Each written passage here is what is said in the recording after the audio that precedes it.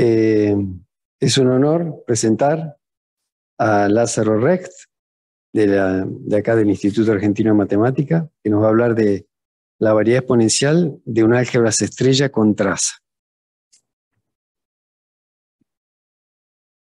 Esto acá.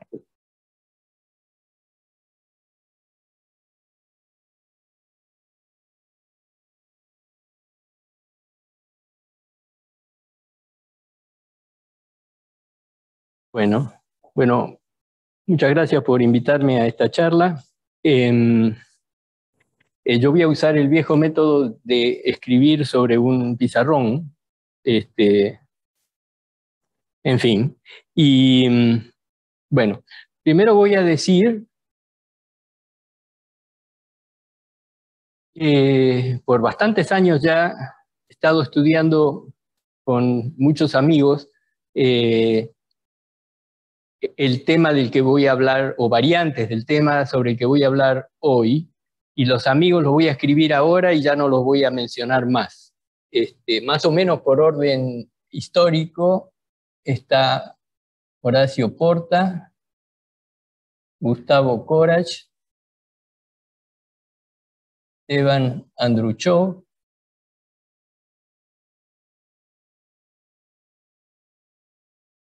Alejandro Varela, y podría poner Henrik Sill,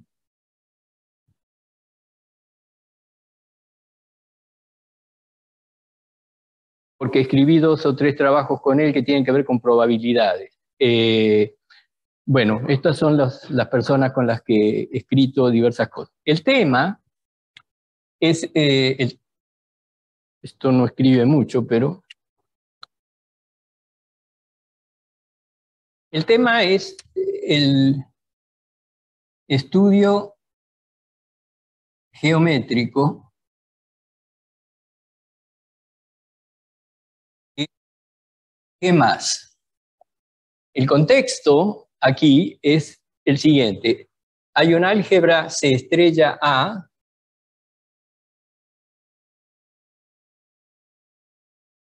que es las álgebras acá siempre tienen identidad.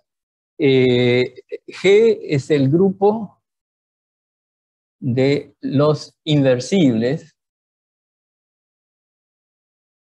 de A, y G más es el conjunto de los positivos de G. Así que, y el objeto para ser estudiado es G más. Entonces, el estudio geométrico de G más. Estos son entonces los elementos positivos inversibles del álgebra C estrella A. Y la palabra geométrico acá tiene mínimamente que ver con la acción de un grupo sobre un espacio, que convierte al espacio en lo que en geometría llamamos un espacio homogéneo. El grupo es G, opera sobre G más, de la manera que se llama contragrediente, disculpen, o recontra, que te recontragrediente. Entonces, eso es LG de I. Los elementos positivos del álgebra, los elementos de G+, los voy a indicar curiosamente con la letra griega y la letra latina Y, la letra latina Y, por el solo hecho de que recientemente he estado estudiando el semiplano de Poincaré de un álgebra, y allí la coordenada, en semiplano de Poincaré, la coordenada I es la coordenada que es inversible. Entonces, entonces LGI quiere decir G techo y G inverso, en donde G techo quiere decir G estrella inverso. Y esta acción se puede pensar como, no voy a entrar en los detalles, pero si usted piensa que el álgebra A está representada en un espacio de Hilbert H, entonces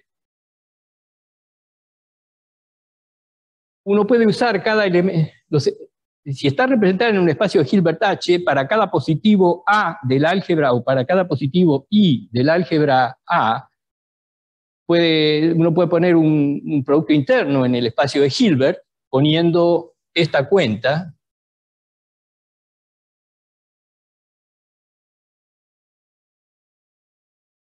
Y esto define, con el I positivo, esto define un nuevo producto interno en el espacio de Hilbert H, y esta acción es isométrica del espacio de Hilbert con la métrica I en el espacio de Hilbert con la métrica LG de I.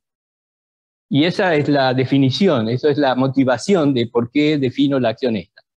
Entonces, cuando uno tiene esta acción sobre el conjunto G+, se convierte en un espacio, es transitiva, es un espacio homogéneo, y no solo es un espacio homogéneo, sino es lo que en geometría llamamos un espacio homogéneo reductivo, en donde la geometría, en donde aparece toda una geometría sobre el espacio G+, que está derivada de la acción, o sea, la acción del grupo define, yo la llamaría una geometría afín. Afín quiere decir una geometría todavía no métrica, una geometría en donde uno puede hablar de rectas y desplazamientos, o sea, de geodésicas y desplazamientos así, pero no hay métrica. Se puede introducir una métrica en el espacio G+, poniendo una estructura de Finsler en cada espacio tangente, de la cual yo he hablado hasta el cansancio de la gente, del público, el cansancio del público, no mío. Y hemos probado una diversidad de teoremas acerca de la geometría que tiene G+ como espacio métrico, con la métrica que invariante bajo esta acción, que se puede introducir en G+, utilizando la norma del álgebra estrella de donde proviene G+.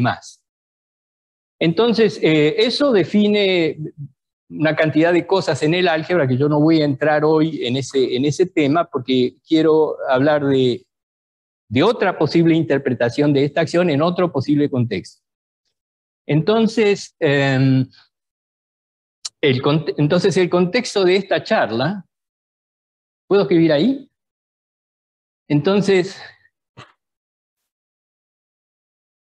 charla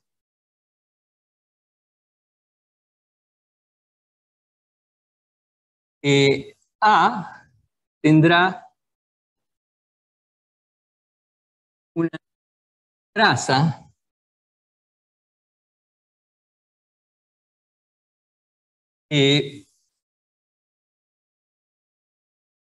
yo quisiera poner una traza central. Una traza central sería una aplicación de este tipo, tau de A en B, donde B es una subálgebra de A, que está contenida en el centro de A, y que es lo que llamamos en esta jerga que hablan la gente de álgebras estrella, una esperanza condicional de A sobre B, sobre la subálgebra B, pero que es una traza, y esto significa que la traza de I por Z es igual que la traza de Z por I. Entonces, para todo par de elementos, entonces eso es una traza. Para esta charla, vamos a suponer que la subálgebra B son los escalares del álgebra, y esto es una traza numérica, por así decirlo. Sin embargo, solamente para tenerlo presente, quiero decir que casi todas las cosas que voy a decir en esta charla aplican al caso de una traza central general, y voy a decir un ejemplo que a mí me interesa bastante de una traza que no es numérica, sino que es verdaderamente una traza central. Un ejemplo de esto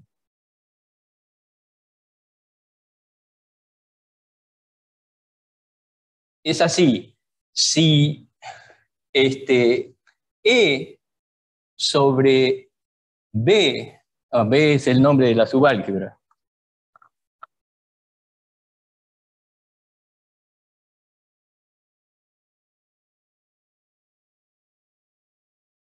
y E sobre X es un fibrado localmente trivial en álgebras estrella.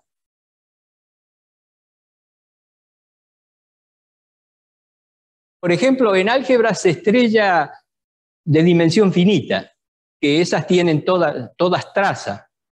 Entonces, es un fibrado localmente trivial en álgebras estrella, vamos a poner de dimensión finita. Cada una de las cuales tiene una traza. Entonces, podemos definir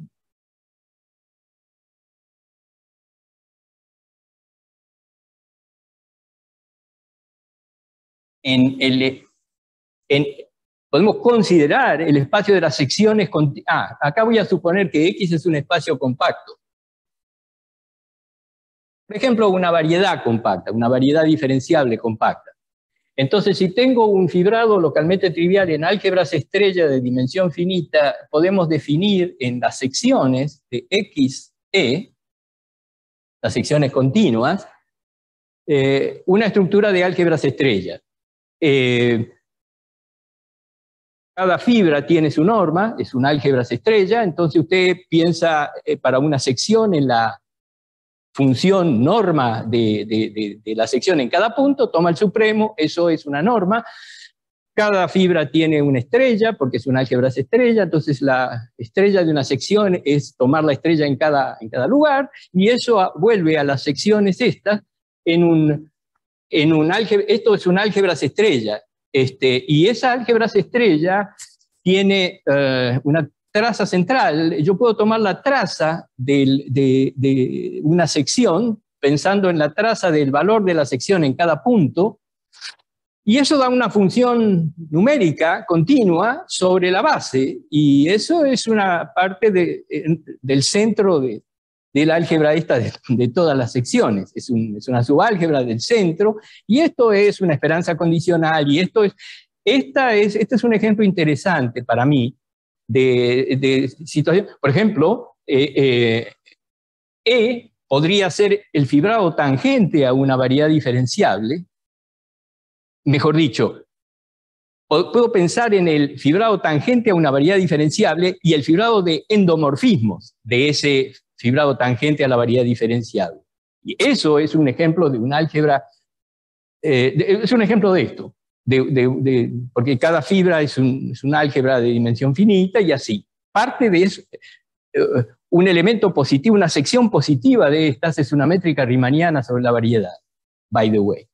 Entonces, esto es un ejemplo interesante de una situación en donde uno podría tener un álgebra con una traza central que valdría la pena pensar. Entonces, pero para la charla de hoy, voy a pensar que la traza que tengo es una traza numérica. Entonces, esa traza toma valores en los escalares del álgebra. Entonces, tengo un álgebra con traza.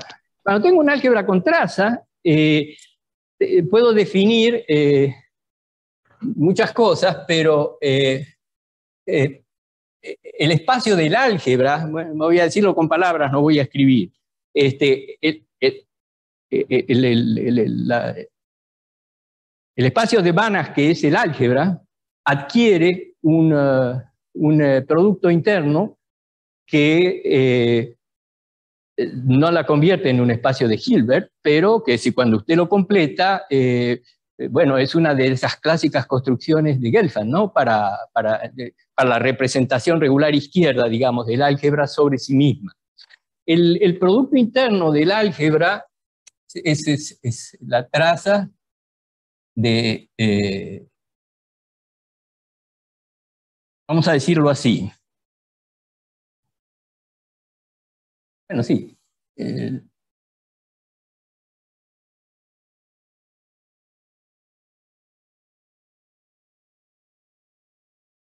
a escribir.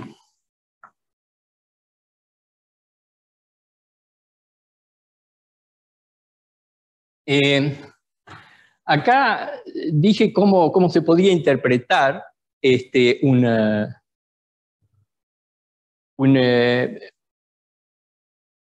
la acción del grupo sobre los positivos del álgebra como una acción que transforma productos internos en un espacio de Hilbert donde se representa el álgebra en otros productos internos en el álgebra. Aquí, si yo pienso que el álgebra está representada en sí misma por la representación, etc., entonces puedo definir la traza de X, Y. Puedo definir un producto interno así.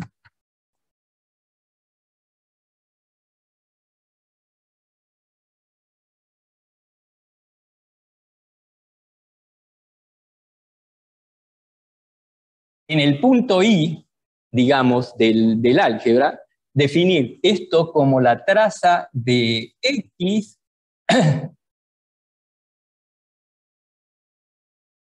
mejor. Si tengo un elemento positivo del álgebra, puedo decir que la traza de X por Y, este es el elemento positivo, esto es un elemento cualquiera del álgebra. Puedo decir que pensar que esto es la integral de X de Y en un lenguaje figurado. Pensar que esa traza para elementos X del álgebra define una funcional que pienso como la integral y entonces definir el producto de XY asociado con el particular elemento Y como la traza de X y estrella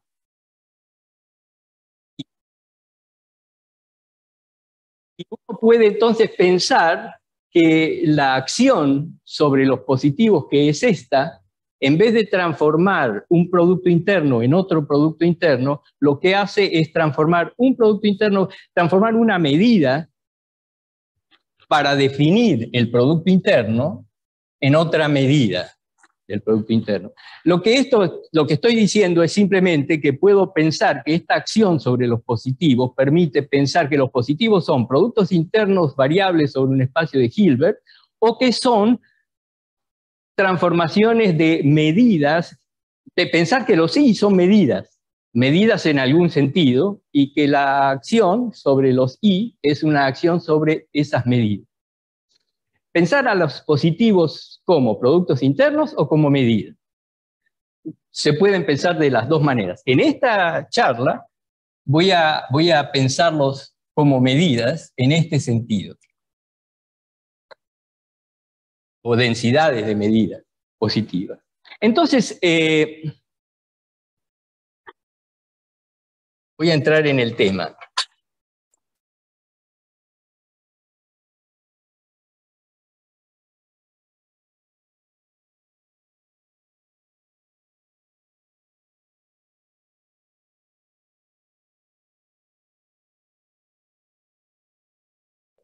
Entonces tengo el álgebra con traza A, es un álgebra de estrella con traza, vamos a decir tau, de A en C. Y entonces voy a pensar en G+, y gracias a la traza, hay en G+, tiene, voy a llamar estructura riemanniana.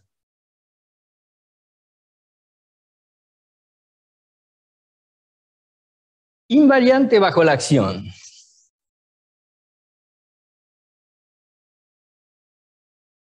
Para dar una estructura riemanniana hay que dar un punto, esto es G, G+, hay que dar un punto I y dos vectores, entonces uno pone el punto I y dos vectores X, Y, que son tangentes a G+. G+ es un conjunto abierto en la parte autoadjunta del álgebra, es un espacio de Banach real.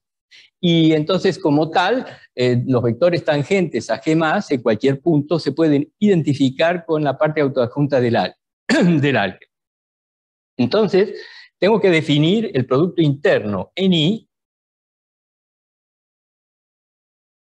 de XY, Y esta es la manera para definirlo. Hay que hacer la traza. Esto tiene como motivación que uno trae los vectores a la identidad y hace una cuenta de la identidad, pero esta es la traza de x y a la menos 1 y a la menos 1.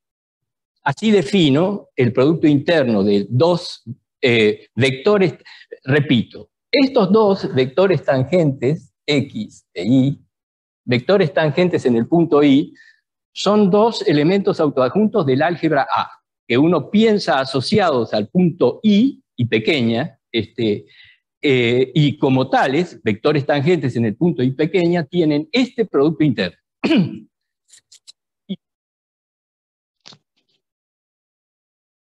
Sí, dos veces hay i a la menos 1, y es fundamental. En realidad, esto habría que escribirlo así.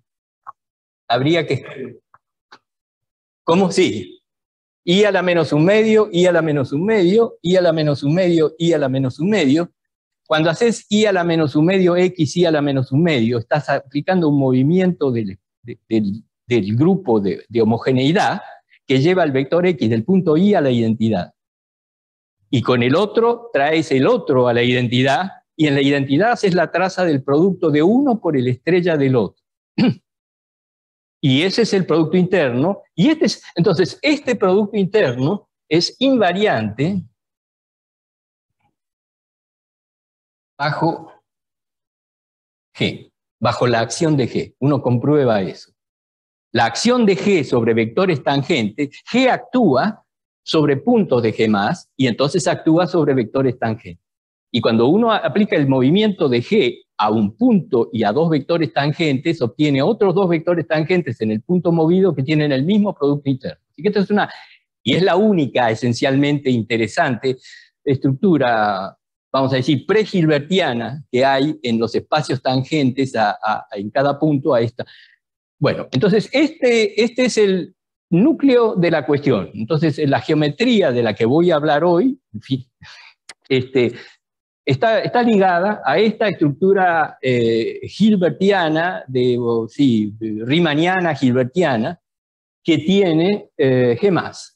Y G+ se va a pensar, lo voy a pensar, como un espacio de medidas en algún lugar, en vez de pensarlo como un conjunto de productos internos en algún lugar. ¿Ok? Ese es el punto de vista. Bien, en este contexto,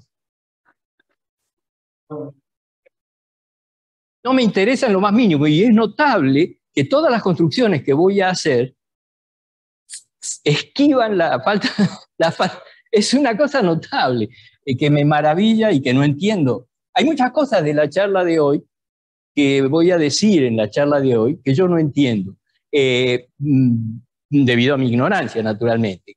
No las entiendo porque son conceptos o bien de estadística, o bien de física, mecánica estadística, o bien de teoría de la información, como me enteré recientemente, y yo no sé nada, o sé muy poco, de cada uno de esos tres temas. Pero esos conceptos aparecen naturalmente ligados a cosas que voy a contar hoy, que no tienen nada que ver con esos conceptos, sino que tienen que ver con geometría. Y esto me maravilla.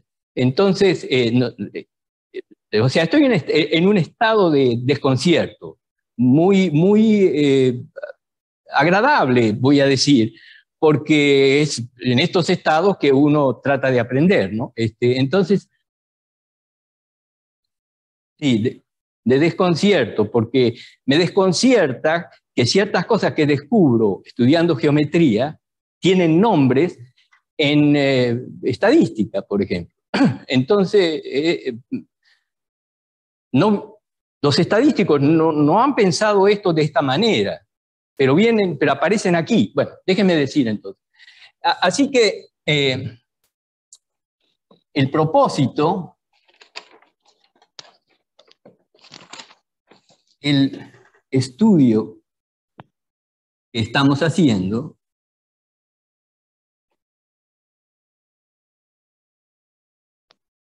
y voy a describir ahora un objeto, un proyecto de estudio. Así que llamamos S, contenido en G+,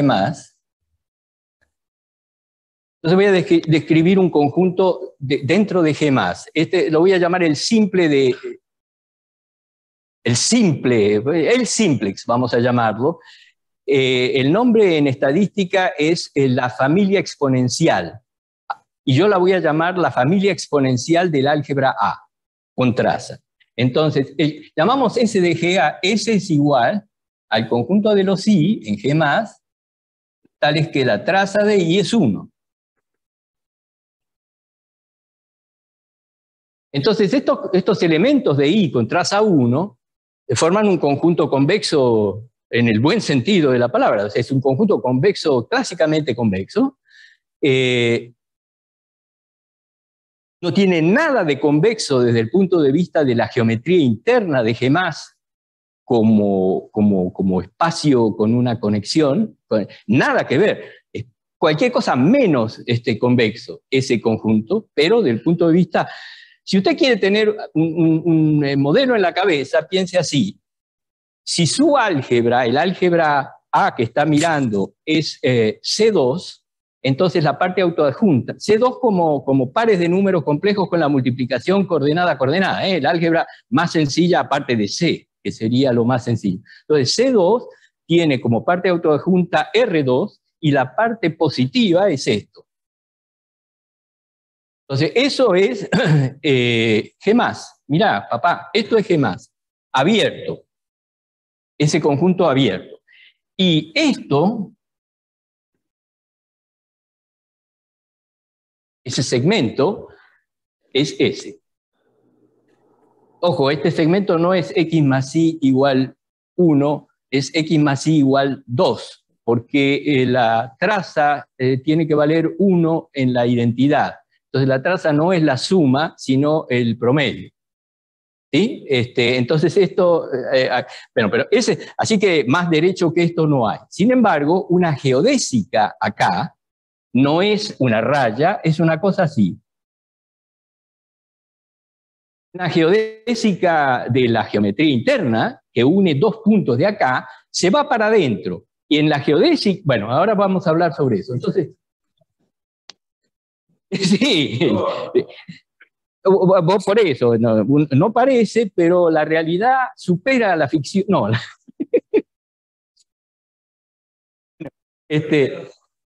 sí, lo que pasa es que la traza es una función, la traza, si vos mirás cualquier geodésica de la geometría interna de G+, y mirás la traza del elemento sobre la geodésica, las geodésicas no son rectas, son esas cosas. Entonces, la traza sobre las geodésicas es una función convexa del parámetro de la geodésica. Y por consiguiente, si acá y acá las dos trazas valen 1, y la función es convexa, la traza, entonces, esto es traza menor que 1 y esto es traza mayor que 1. Traza menor que 1 es convexo para la geometría.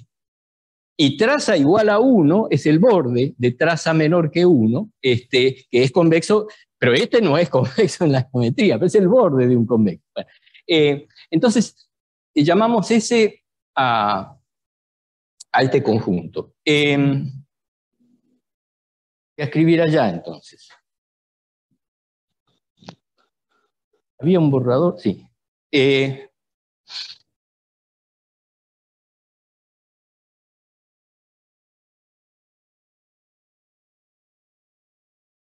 Entonces, ahora viene un baño de geometría superclásica en un contexto geometría diferencial, ¿no? Superclásica quiere decir la geometría de Carl Friedrich Gauss, ¿sí? Porque fíjese, entonces, geometría de hipersuperficies.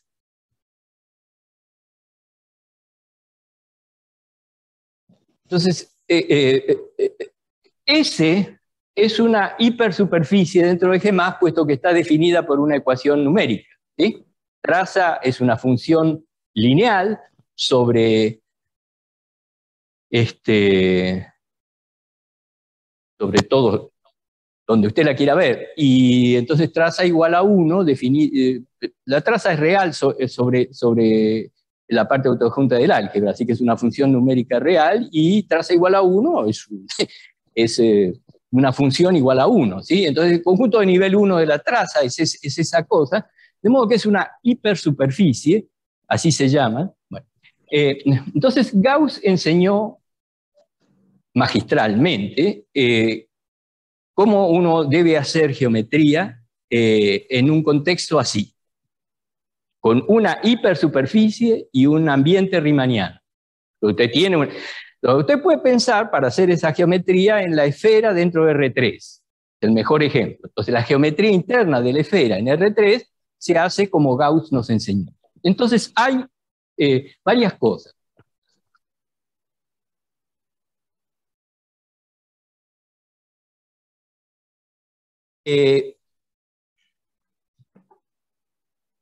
Hay una cosa que Gauss llamó la primera forma fundamental.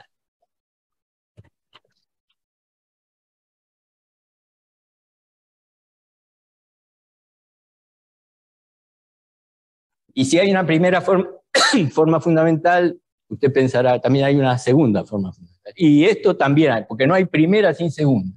Una primera forma fundamental. Entonces, ese es un nombre pomposo para hablar de la métrica riemanniana del ambiente G+, restringida a los espacios tangentes a la hipersuperficie. Entonces, eso es la métrica. O sea, estas son formas bilineales, simétricas, sobre los espacios tangentes. La primera forma fundamental es la métrica ambiente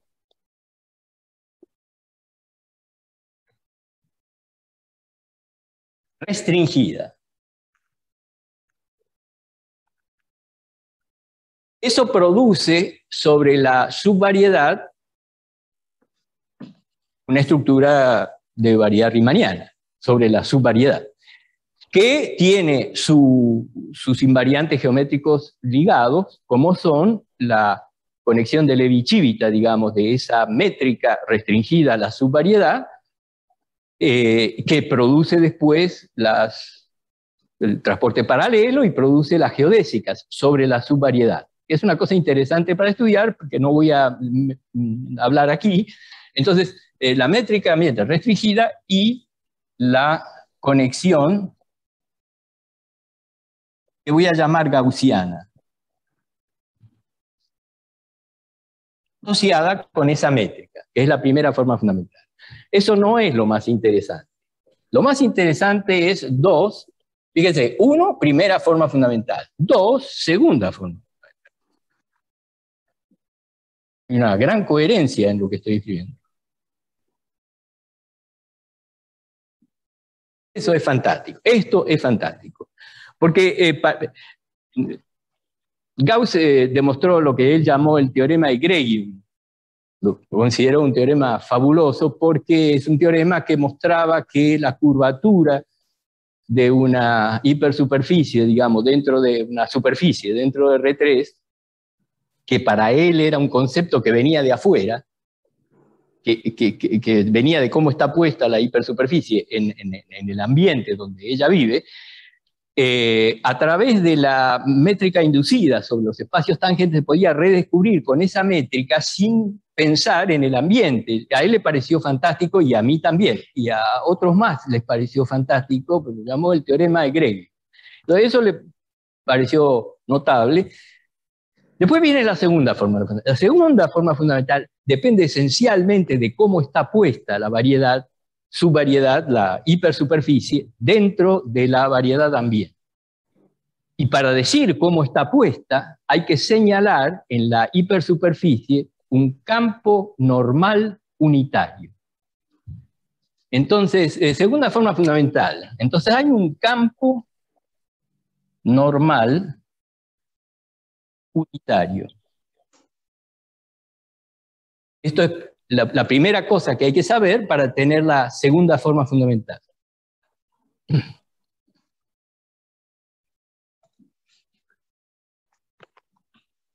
Es sorprendente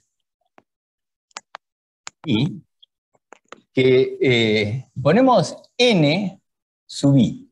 Entonces usted agarra un punto i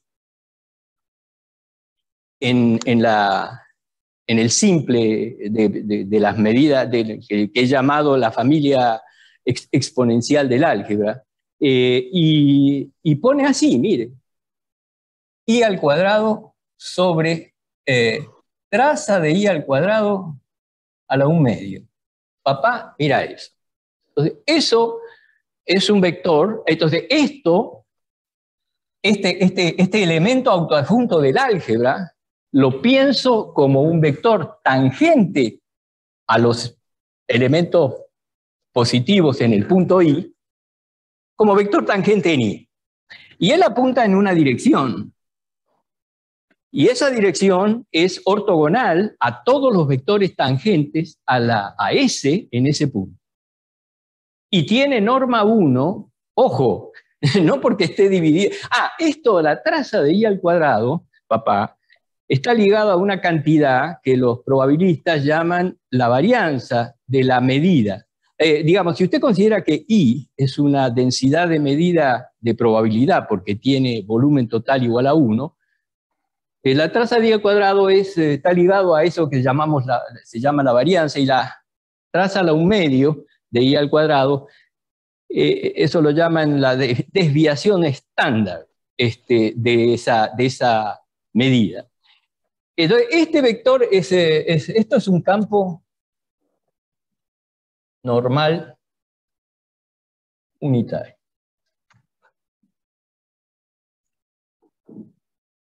Y entonces Gauss nos enseñó que, entonces, claro, si usted quiere ver cómo está puesta esa variedad que usted tiene, esa hipersuperficie dentro del ambiente, para eso tiene que mirar eso.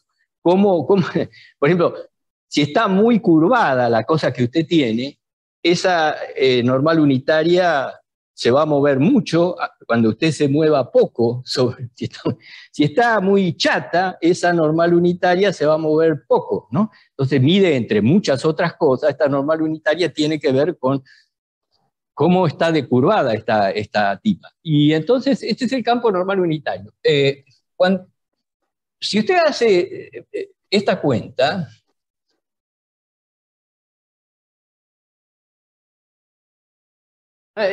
si tengo un vector tangente X, esto es NI, tengo un vector tangente X en el punto I a la variedad S, un vector tangente X a la variedad S no es otra cosa que un autoadjunto de traza nula. Entonces es un que es como decir, en el lenguaje probabilístico sería una variable aleatoria con promedio nulo, centrada. Eso lo llaman una variable aleatoria centrada. Eso es un vector tangente acá. Entonces, si tiene un vector tangente, ¿cómo veo cuánto varía el vector normal en términos de la geometría y de la superficie? Derivo, con la derivada covariante, el vector normal en la dirección tangente que usted me dé. Así que puedo armar esta derivada covariante en la dirección X del campo normal NI.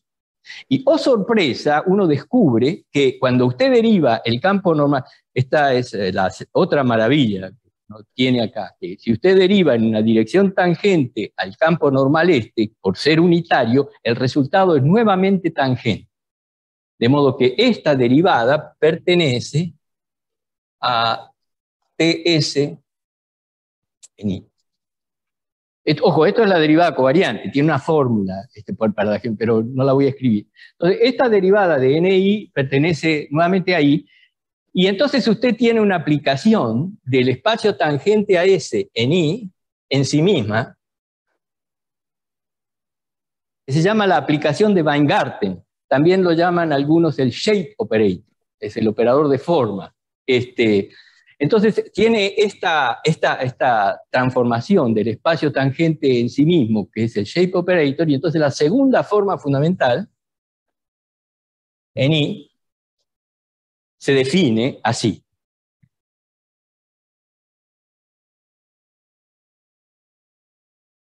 Es nuevamente una función bilineal de dos vectores tangentes. que produce es una forma bilineal en dos vectores, donde usted pone dos vectores tangentes, lo llama XY, y entonces este operador es una maravilla, ese operador. No solamente manda vectores tangentes en vectores tangentes, sino que como operador del espacio tangente en sí mismo es autoadjunto. Es un operador autoadjunto para el producto riemanniano que tiene, autoadjunto para la primera forma fundamental. Y entonces esta segunda forma fundamental es la primera forma fundamental, pero vamos a llamar a esta aplicación como es la de Weingarten con la letra W. Y entonces esto es WXY. Y esto es una forma cuadrática definida sobre el espacio tangente que tiene que ver, está íntimamente ligada a la curvatura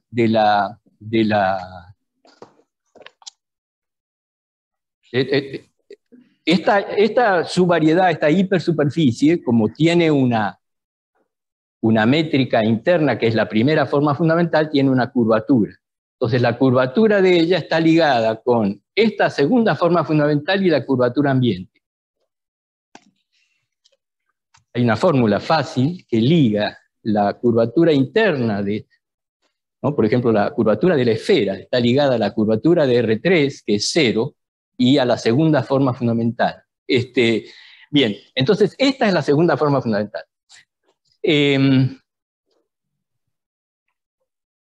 Una maravilla, creo, y una sorpresa para mí, que esta segunda forma fundamental, en este caso, ya les dije que esta hipersuperficie es convexa en el sentido que es el borde de un conjunto convexo en G+. La parte interna de esto es geodésicamente convexo, y esto es el borde. A eso se llama una hipersuperficie convexa en el sentido geométrico, y se curva hacia afuera. O sea, es convexa para afuera y es cóncava para adentro, ¿no? O sea, se curva así para afuera. Y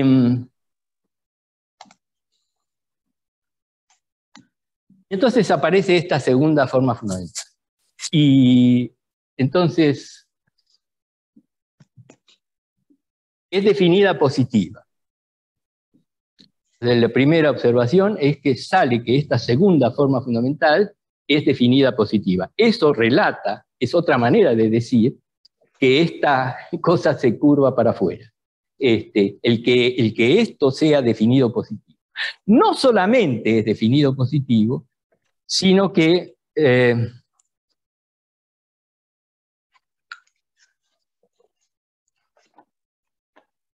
las puedo escribir, pero that will not make you any wiser.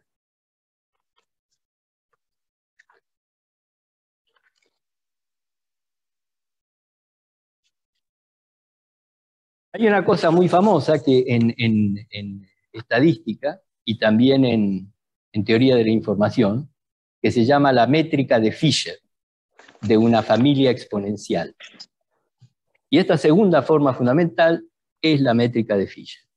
Que es muy famosa, por razones que yo ignoro completamente, porque no sé de estadística. No estoy orgulloso de no saber de estadística, pero no lo sé. Y entonces esta tiene exactamente, en el caso conmutativo, todas las cosas que tienen que ver con estadística se refieren al caso en que la situación, el álgebra A, sea conmutativa. Para el caso no conmutativo tenemos, podría llamar la versión cuántica de mecánica cuántica, digamos, de la mecánica estadística. La mecánica estadística sería el caso conmutativo y la forma cuántica sería el caso no conmutativo. Bueno, no lo voy a escribir porque no los va a ilustrar en absoluto, la cuenta no, pero es la cuenta de la métrica de Fisher. Entonces, tampoco cuando uno describe la métrica de Fisher da ninguna interpretación que yo haya encontrado en la literatura geométrica de eso. Eso seguramente tiene interpretaciones que tienen que ver con estadística, que son muy profundas seguramente, pero que yo ignoro. Y desde el lado de la geometría nadie se ha tomado el trabajo en estadística de explicar, mire, esto... Bueno, hay un punto que debo decir, sin embargo, lo que se obtiene de esta forma no es la métrica de Fisher exactamente, sino que aparece un factor. Una métrica es una forma bilineal así. Entonces, dos métricas sobre una variedad riemanniana, dos métricas de Riemann sobre una variedad riemanniana se llaman conformes cuando difieren una de otra por un factor numérico en cada punto. Acá, lo que aparece con la segunda forma fundamental no es la métrica de Fisher, es la métrica de Fisher dividida nuevamente por este número, que es la varianza, o la, ¿cómo se llama esto? Standard deviation, que aparece misteriosamente ahí y me aparece en todas las cuentas, y yo no sé el significado, yo sé perfectamente el significado geométrico de eso, pero no sé el significado estadístico que puede tener este factor. Así que aparece esto, y para decirles una cosa más, muy famosa también esta otra cosa, muy famosa en varias áreas de estas que yo ignoro, pero que lo siguiente, un punto de información. Esto lo llaman los muchachos con dos nombres. Fíjense, esto es fantástico para mí. Supóngase que tiene, como acá, una geodésica que lleva de un punto, de una densidad de probabilidad a otra densidad de probabilidad, y que va así. Entonces, si esta geodésica va así, hay un vector que entra y un vector que sale. La geodésica entra por un lado y sale por el otro. La geodésica, de alguna manera, sería la versión vectorial de la distancia de esos dos puntos. Entonces, usted podría querer o no medir algo del vector, desde el punto de vista riemanniano, una geodésica tiene un vector tangente, un vector velocidad de norma constante. O sea que la norma de ese vector es constante. Pero hay uno de estos que está a la entrada y uno que está a la salida. Entonces, a mí me gusta llamar al vector que entra la entropía relativa de las dos densidades de probabilidad, porque la fórmula que uno puede escribir explícitamente y que puedo poner ahora, cuando uno piensa en el caso conmutativo y piensa en integrales, es la fórmula que llaman de entropía relativa. Ahora, el vector que sale, a mí me gustaría llamarlo la divergencia de Kullback-Leibler, que es una cosa famosísima allí en estadística, que ahora voy a comentar sobre eso. Entonces, en estadística se usa esa divergencia, es un número. En estadística es un número que uno asocia a dos densidades de probabilidad.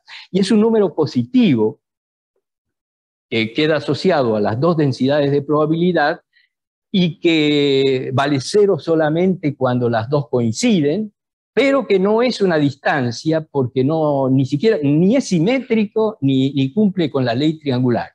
Pero ellos lo toman, en estadística muchas veces se toma esa cantidad de la divergencia de Kullback-Leibler como una medida de una distancia entre dos. El Kullback-Leibler aparece aquí de la siguiente forma. Bueno, voy a escribir, ¿por qué no? Digamos que usted tiene I1 e I2,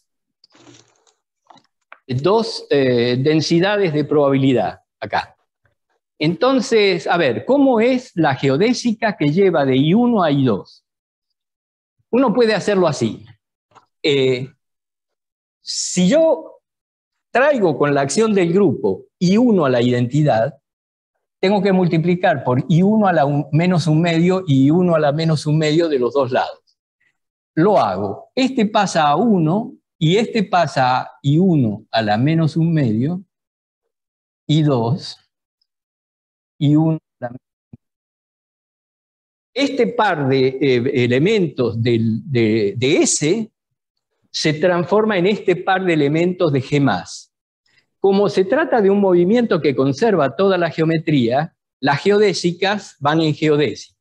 Ahora, la geodésica que une 1 con este vector es E a la T logaritmo de I1 a la menos 1/2, I2, I1 a la menos. Esta es la geodésica que une 1 con este en tiempo 1. Une 1 con este. Y después lo vuelvo a llevar para allá por otro movimiento, que entonces es I1 a la 1/2. E a la T log.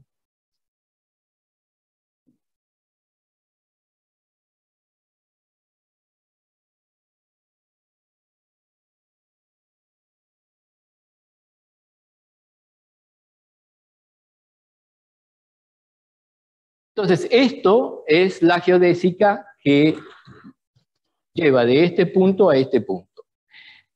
Si yo calculo la velocidad de salida de esta geodésica, tendría que calcular la derivada respecto de t de esta cuenta en t igual 1 y punto, ya está. Eso es.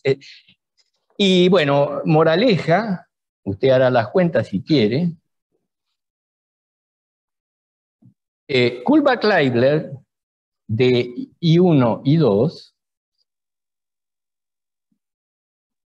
es la proyección normal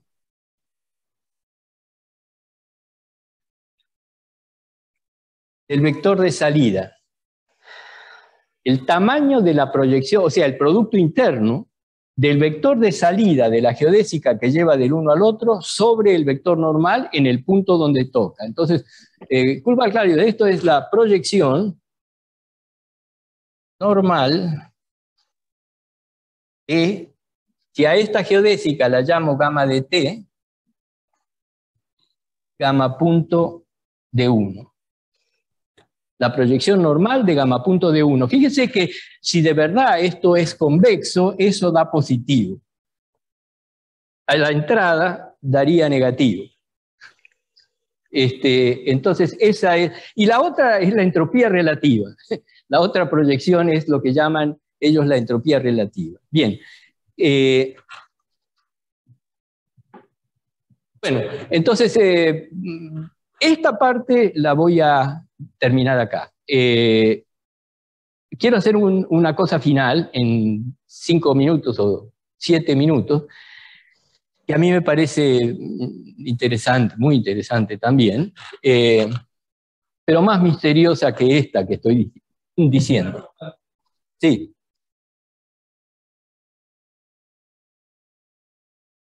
Claro, claro. Por eso la distancia, ¿te das cuenta? Si los dos puntos están muy cerca, ahí hay poco y sale, bueno, casi ortogonal. Si no, si están lejos, no, claro que no. ¿Entendés? Sí, si están lejos, eso da, mide, es un número, claro. Sí, sí, es el número, es el producto interno de ese vector con la normal unitaria. Perdón, mentí. Eso no es Kullback-Leibler. Otra vez es el Kullback-Leibler, pero normalizado por este factor.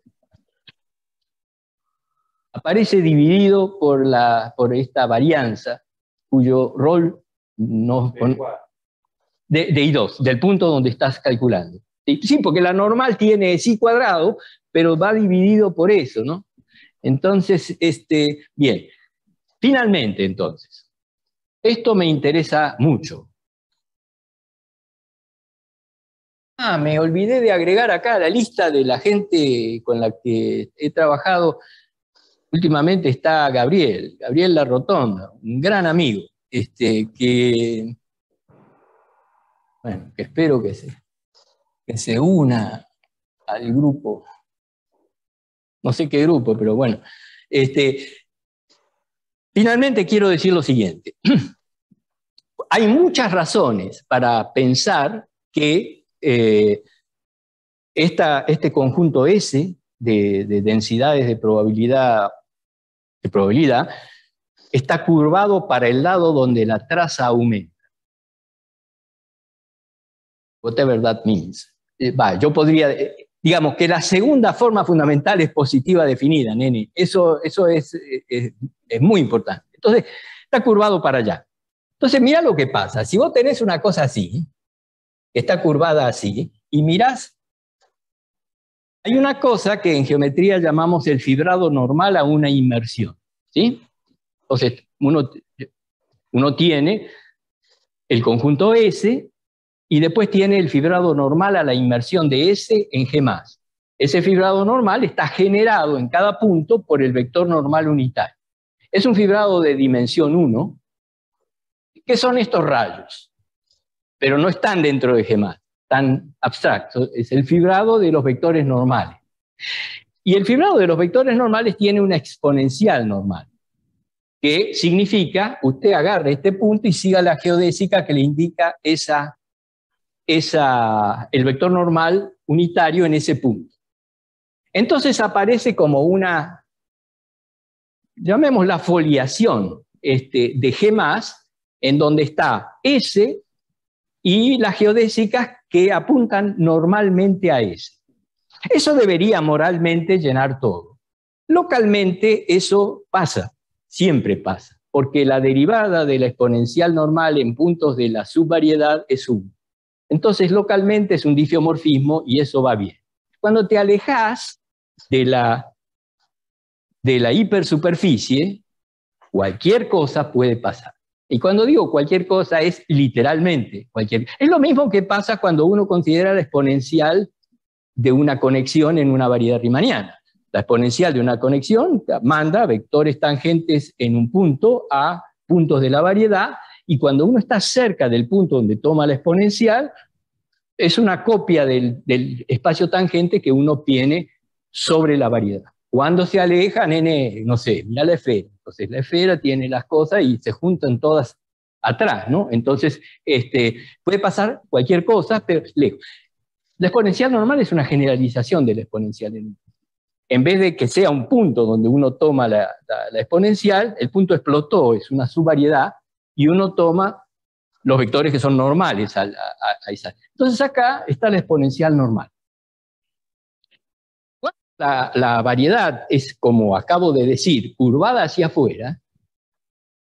En geometría riemanniana uno sabe, en dimensión finita, uno sabe que cuando está curvada hacia afuera, por así decirlo, el spray normal para afuera es un difeomorfismo de la parte, por así decirlo, positiva del fibrado normal. O sea, los múltiplos positivos del vector normal unitario, esos van difeomórficamente sobre la parte de traza mayor que 1 de G+. Entonces, traza mayor que 1 de G+, no sé qué significado, por ejemplo, o sea, ¿qué significa que en un espacio así de medidas, como tengo, que llamé G+, qué significa que las medidas tengan masa total 1, o masa total mayor que 1, o masa total menor que 1? Pero créeme que el rol es totalmente distinto. Digo esto, la exponencial normal para afuera da un difeomorfismo de la parte positiva del fibrado normal con la parte de traza mayor que 1 de la variedad. Es un teorema no trivial en el caso de dimensión infinita. A mí no me resultó fácil de ninguna manera. Eso no es indicio de nada, pero yo creo que no es trivial.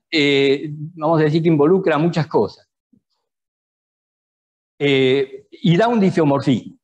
Y lo que esto quiere decir es que cada medida, cada elemento de G+, que tenga masa mayor que 1, tiene un único elemento en S que está a mínima distancia L2 de él. Voy a repetir. El hecho de que la exponencial normal sea un difeomorfismo para afuera quiere decir que si me dan cualquier I, con traza mayor que 1, existe un único pie de la perpendicular, vamos a decir. Una única densidad de probabilidad que está a mínima distancia de él en la métrica L2, uno solo. Me parece interesante y sorprendente y no sé lo que significa.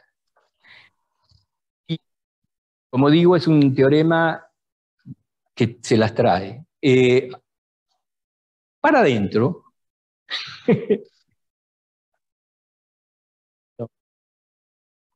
y entonces acá el amigo Alejandro les va a mostrar un show para terminar esta charla. Fíjense, el caso más sencillo que uno puede imaginar de esto que estoy contando, de la exponencial normal, sería el caso de 2 dimensiones, digamos, C2, el caso más conmutativo, C2, qué sé yo, con la cuestión normal y así, pero ese no es suficientemente amplio, vamos a decir, para mostrar los primeros efectos del despelote que hay adentro. De modo que hay que hacer, pero afortunadamente vemos en 3 dimensiones. Entonces yo pienso en C3, que 3 es un buen número porque Dios son 3 y es 1, así que, entonces, en 3, el simple que estoy hablando, ese tiene dimensión 2, es un triángulo, y la parte de adentro del triángulo es un tetraedro. Entonces uno puede ver qué pasa con las geodésicas que salen, y son las verdaderas geodésicas, las que salen, las que entran, cómo se ven, y qué pasa adentro con estas geodésicas. Para afuera van, pero así fantásticos, ¿no? Se van abriendo para adentro. Bueno, entonces, si querés, les mostramos estos dibujos y ya terminamos esta charla. Digo, para terminar en un tono así hollywoodense.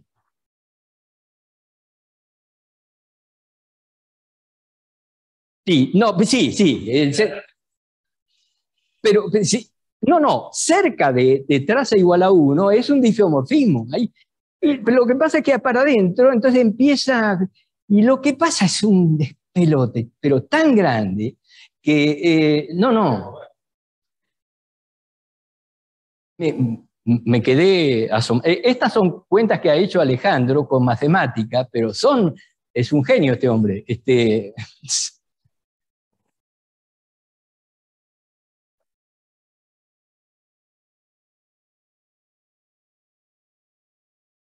A ver, apaguemos la luz para que esto tenga más así. Warner Brothers presenta. A ver.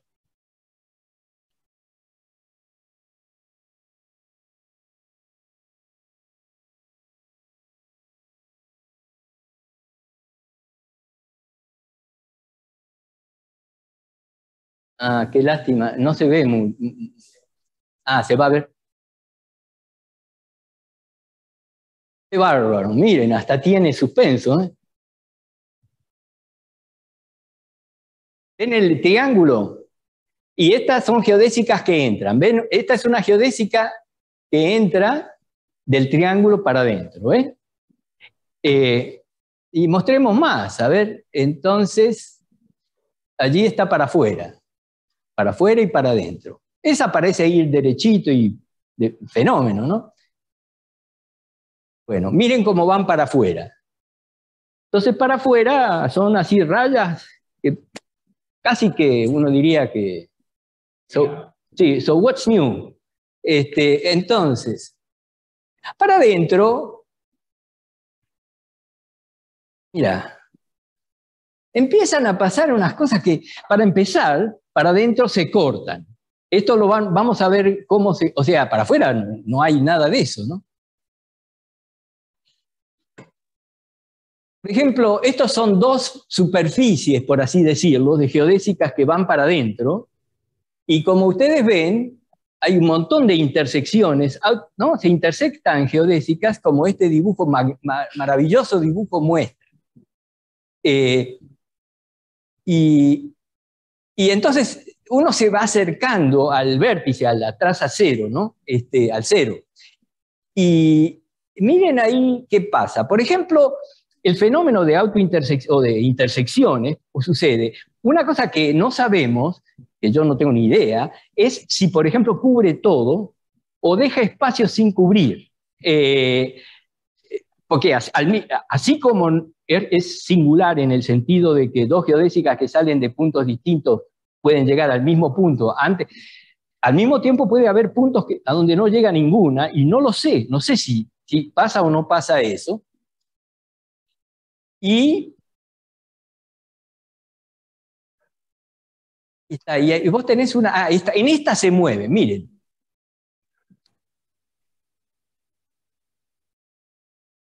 Estas son que van entrando, pero son por distintas rayas, ¿no? Son geodésicas que entran.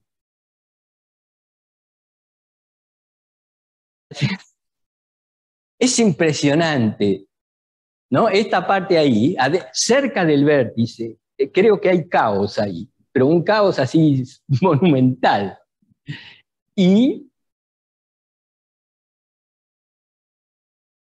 Pero en particular, entonces, la pregunta por ejemplo, si me dan un punto de traza menor que 1, una medida de traza menor que 1, ¿cuál es la probabilidad más próxima?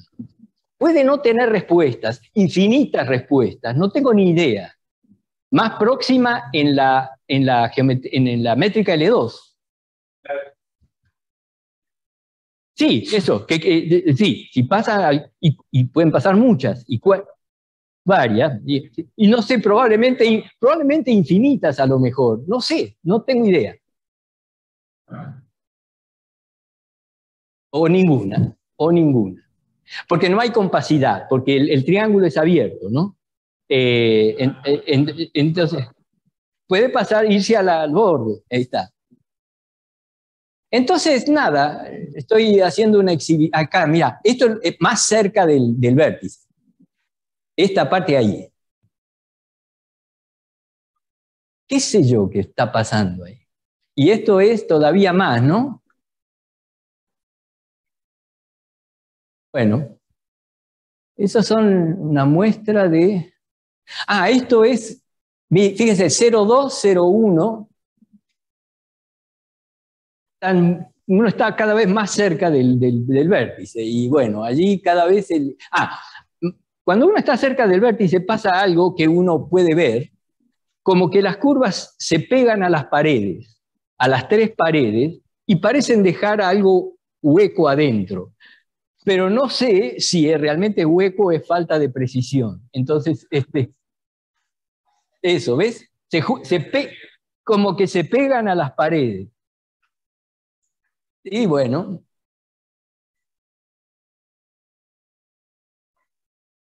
yo creo que ya, a ver. Estos dibujos son también interesantes, porque estos dibujos dejo correr el parámetro, o sea, la distancia, una cantidad fija, y miro la imagen del triángulo. Entonces, mira, si está cerca, entonces te queda un triángulo más o menos deformado, ¿no? Están avanzando las geodésicas en esa dirección. Y acá, estamos a dónde, 0,4. Este es el triángulo deformado, pero acá sí, es lo mismo que antes, pero llevado bastante más adelante. Y había esa donde se veían varios, ¿no? Porque entonces, ¿ves? Ya no es más un triángulo ni es nada. Se cruzó consigo mismo.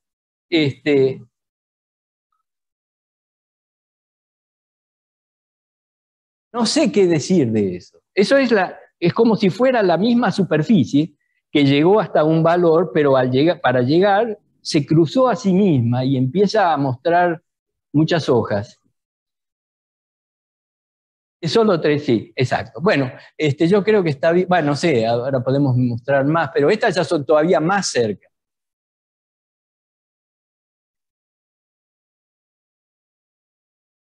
Bueno, yo no sé más que mostrar esto. No puedo, no voy a hacer ningún comentario porque no sé sobre estas cosas.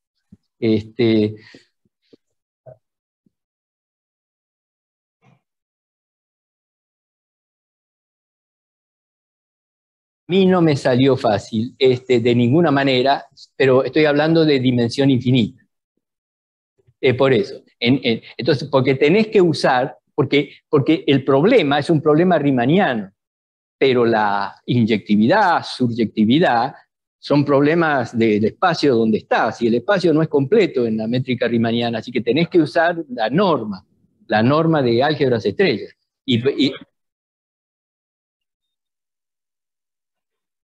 Así es, así es. Entonces, para afuera, el hecho, no, a mí yo no encontré maneras fáciles de ver. Y para adentro no tengo ni idea. Así que bueno, eso es todo lo que tengo para decir.